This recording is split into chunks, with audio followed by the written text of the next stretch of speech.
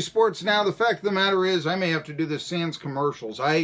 We are having the quote-unquote technical difficulties. We're having switcher issues, and so I don't know what's going on the air for the air because I hit the kill switch, and right now I have hit all the switches, but I don't know what's supposed to be playing and what isn't. Well, I do know what's supposed to be playing and what isn't, but I also know that we're having a new switcher, and I'm trying to do the best I can. So we may be doing it sort of like NPR today with no commercials and such. For Saturday Down South, did you see this story?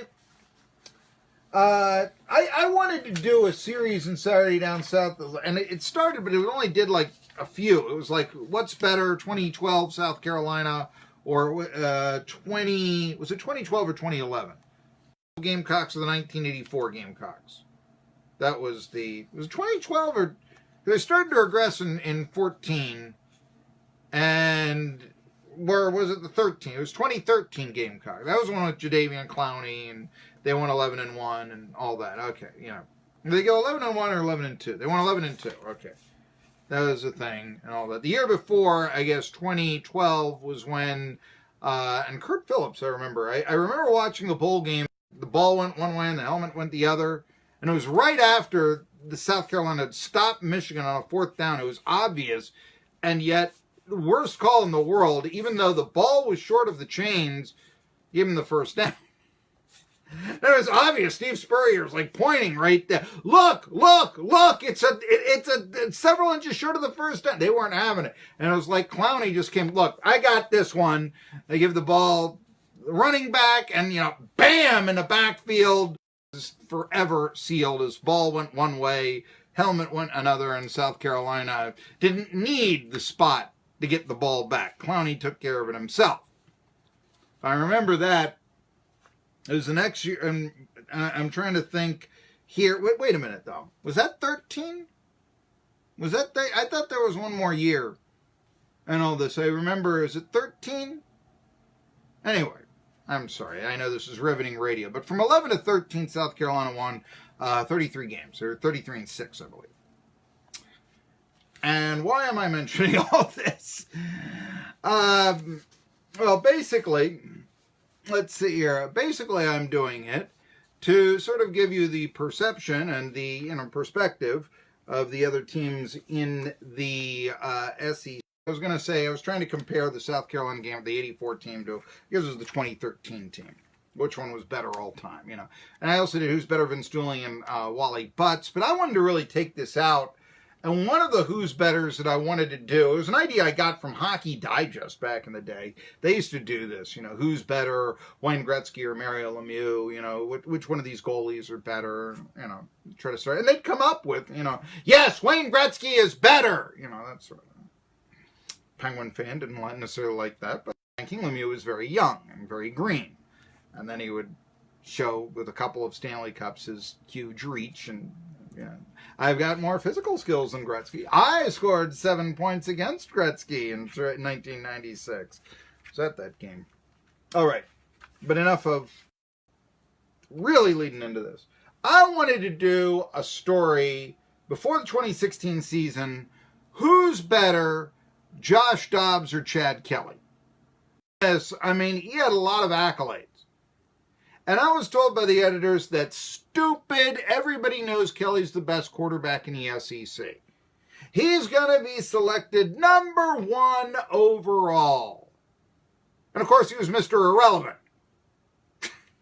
Got drafted behind Josh Dobbs, who went in the 4th round.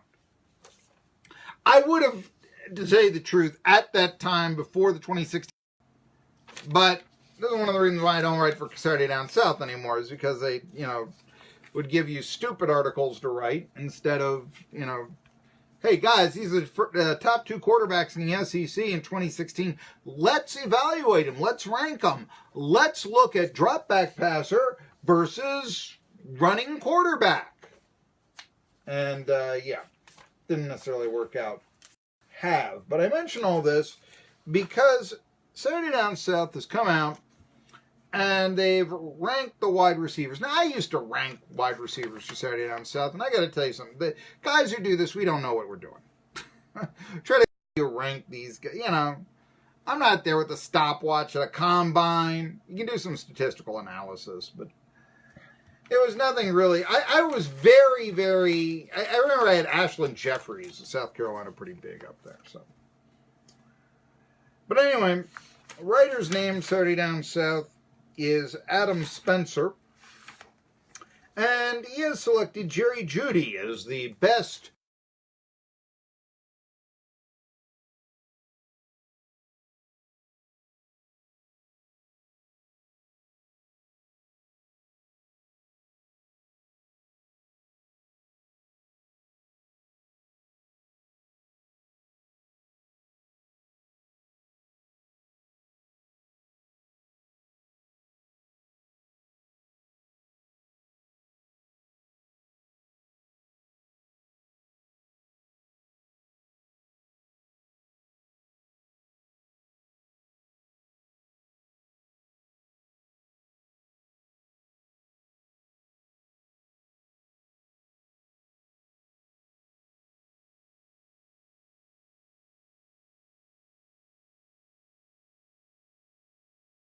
finish of 3 out of the 4. Number 9 is Devonta Smith. Well, it's nice to be nice and deep there, I suppose. Now, Alabama's a machine. We know that. Maybe it isn't so much of a stretch to have 4 of the top 10 receivers in the conference playing for the Crimson Tide. Or is it? I was surprised that Marcus Callaway was selected over Dwan Jennings for the Vols. However, hope for the Vols. Hey, look. The guy that a lot of people would think is the number 2 receiver on Tennessee is ranked number 10. As I am looking through my notes here. And where in the world did I put my Chad Kelly story? All right. That's what happens when you get a lot of things. But take it from me, he could play, you know. He may be looking at a suspension when he comes back. Okay, that's the circumstance there.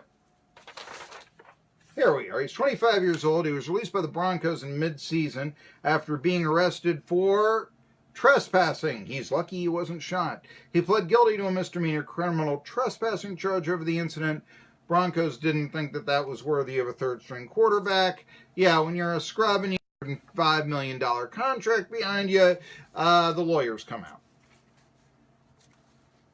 Yeah, that's basically the case. All right. He did, though, play cup of coffee when Case Keenum was knocked out briefly against the Rams. So Kelly has been out on the field in an NFL game, but nevertheless. Anyway, as I say, the fact that I think Jennings was not selected in the top 10 wide receivers by Saturday night, the line being as suspect as is, offensive line, and Jarrett Guarantano being as suspect as he is. So one fan tried to say, God has a plan for Jared Guarantano. Please, that means absolutely faith. My goodness. One guy that I did think that the Saturday Down South rankings gave high, and it might be the one hope that Vanderbilt has to extend their winning streak against the Vols to 6 out of 8, as they've won 5 out of 7. And it is Kalijah Lipscomb. Did you know that Lipscomb, now he doesn't have, of course, Kyle Shermer behind him anymore, but he led the SEC in receptions last year with 87. So that's somebody right there that maybe, hey, all of a sudden, you know, how good's the Vols secondary going to be? It was pretty bad last year, so how much can it really... When they go through the schedule, the South Carolina game is a W. I understand there's no more Deebo Samuels. A lot of losses. Doesn't seem like South Carolina. Seems like they're treading water as a program. Plus, the game's in Knoxville, where the last time the two teams played, Tennessee in a slump, and Jared Guarantano came 1 yard short of victory. All right? But maybe, just maybe, Jake Bentley, senior quarterback, who's ahead of, yeah, you'd rank him ahead of Guarantano. Let's face facts. He's got Brian Edwards. Edwards is by Adam Spencer. All right. The hope for Kentucky. 2 things. Stoops' brains hold out. That's big. Mark Stoops' brains. Of course, I mean, he's done, that at Kentucky, which, remember, years ago, Bear Bryant left and said, I'll never be able to win here. I'm going to Texas A&M. It's all about basketball here. And, I mean, he had brought in and Babe Parilli. It doesn't matter. Never be able to win here. That's the perception of Kentucky football, and they haven't won an SEC title since Bear Bryant left. Oh, some people give him this half a title in '76, but that was Georgia's title. Come on. Yeah. Anyway, but he's ranked in the top 10, and he caught 67 balls last year. Now, the YPC wasn't so good, yards per catch, but it gives the Wildcats a weapon. All right. You know that I think Missouri can do some big things. I think they're a real dark horse in the SEC East. Got to get that probation over their heads lifted, but I kind of think it will be. It's on appeal. We'll find out sometime in August, maybe. But, the idea was about Jonathan Johnson. He caught 59 balls for 737 yards. Last year, Kelly Bryant led to the Clemson Tigers, where he took the Tigers to a college football playoff appearance, is going to be quarterbacking now the Missouri services, I guess. But, yeah, that could be something big. Kelly Bryant to Jonathan Johnson? And the Tigers have the line this year. Oh, to the Missouri Tigers. Are they stacked? A great don't count out LSU. Well, they got Justin Jefferson. He's in the top. With LSU, they don't rebuild, they reload. Well, the wide receiver this year, SEC. So consider that. Again, there's room for optimism for Tennessee. Hey, Callaway taking over Jennings in the top 10? Really? That could mean that the Vols have two really fine receivers. They could take them forward in 2019. I do believe that.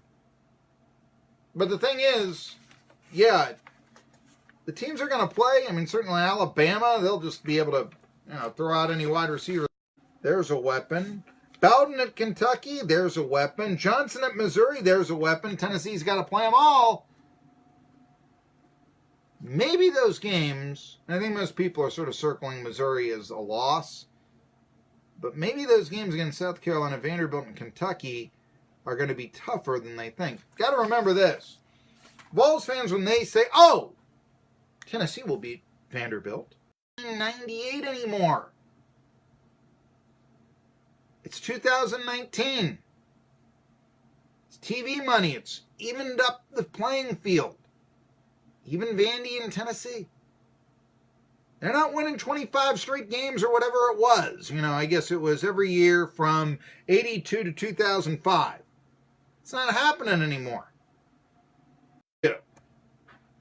But they might have the receiver to do it. And Bowden, the question is, do they have the quarterback to get him the ball? That's the biggie. South Carolina will have the QB that will be able to get the ball to Edwards. Vandy, for Lipscomb, Bryant to Johnson, that could be really big this year in the SEC. I'm telling you. They get their probation lifted, and don't bet against that. Missouri could be big, and even if they don't, they could be big. Hey, Auburn went undefeated in 93 on probation. Why not? When we return, I've got Ultimate Marky Billson Recruit. That's what I'm returning with on Tri-City Sports Now.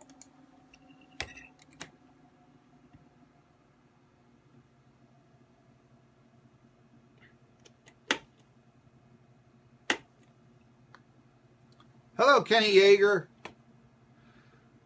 How do you do? Been thinking about you here recently. Stay tuned.